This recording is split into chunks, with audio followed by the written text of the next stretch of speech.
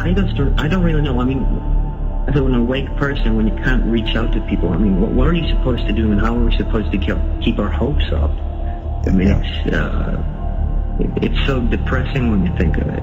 Yeah, it is, because the conditioning on most people, when you see them and they can't look you in the eye or they think you're crazy, it's because the condition has taken perfectly on them. And you're looking at conditioned robots, really. They'll turn on you too. At the right time, they'll turn on you. But that's perfect conditioning. The ones who are awake generally have always been awake, or they've known something was wrong, and they can't be conditioned quite the same way. But you're in amongst most people where the conditioning has worked perfectly, and that's the problem. I've always said the elite have a symbiosis amongst the masses of people, the general mass of people, because the masses always look towards government to solve problems, even if it's a fake problem put out by the government. We immediately run to help us, save us, you know.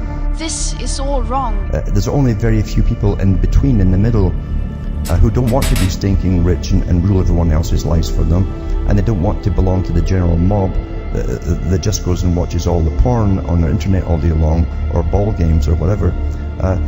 So it's a small group really who don't belong into either camp.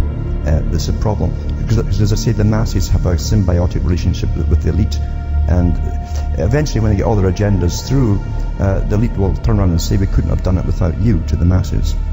Yeah, and that's such a... I think it's disgusting. There's no other word for it. It's just utterly disgusting. Yeah? It is, and it's very depressing until you realise that you might be surprised how many of those in between who are not brainwashed or conditioned and who don't seek personal power can still have a voice and start changing things around. And that's the only hope that we have, is to postpone it at least long enough. They'll either wither away, or they'll come out with an even heavier hand. But that's when even the masses start to see it and they know something's wrong, when the heavy hand of the monster comes upon them. And that's what it might take. Stall them long enough until timetables, according to those at the top, cannot be stalled. If you can stall their timetables, they get awfully angry and they start using force.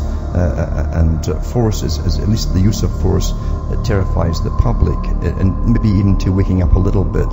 And that's all we can really hope for. It's because it's too perfect. It's been here too long, is this system. But we cannot use violence and force. No, they're so perfectly good at getting us to kill each other or fight each other. This has been their strategy for centuries, and it's a perfect art of how to get it all going. We can't use that at all.